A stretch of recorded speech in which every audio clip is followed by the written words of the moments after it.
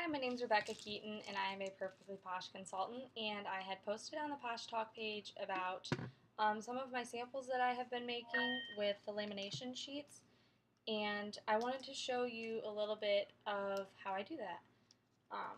It's a lot cheaper, a lot easier, and it kind of makes making samples fun. Excuse my phone going off. My husband's on deployment and he's messaging me. Okay, so I wanted to show you first what I bought.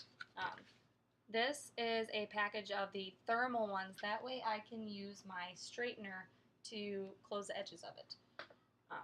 I bought the 50 pack because it's only about $12 or so at Walmart, and I kind of did the math a little bit. I got 16 samples about this size out of there, and so times 50, that's approximately 800 samples, and you're paying $12 for that rather than 100 little Laycons for $13.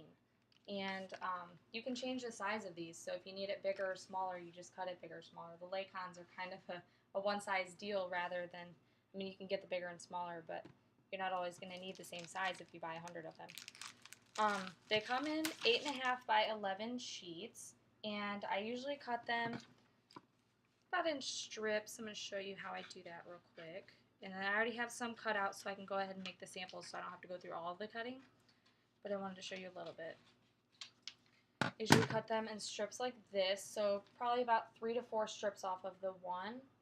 And then I cut this into about 4 little squares also.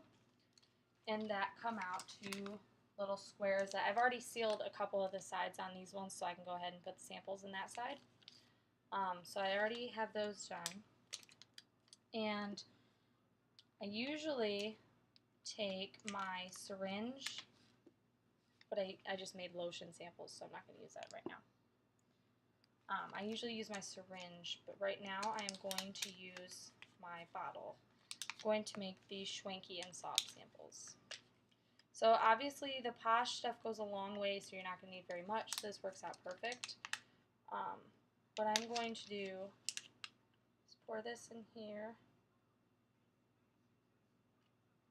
Okay. Then you take that, your sample is in there. Take your straightener.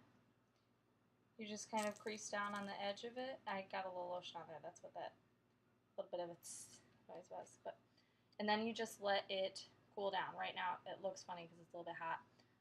You just let it cool down because I already sealed the other 3 sides on that one, except the one edge was already sealed. That's the bottom edge of the sheet's already sealed when you buy it like that. So that was cut off with that.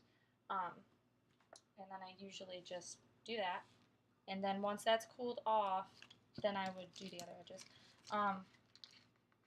Then I put my sticker on there.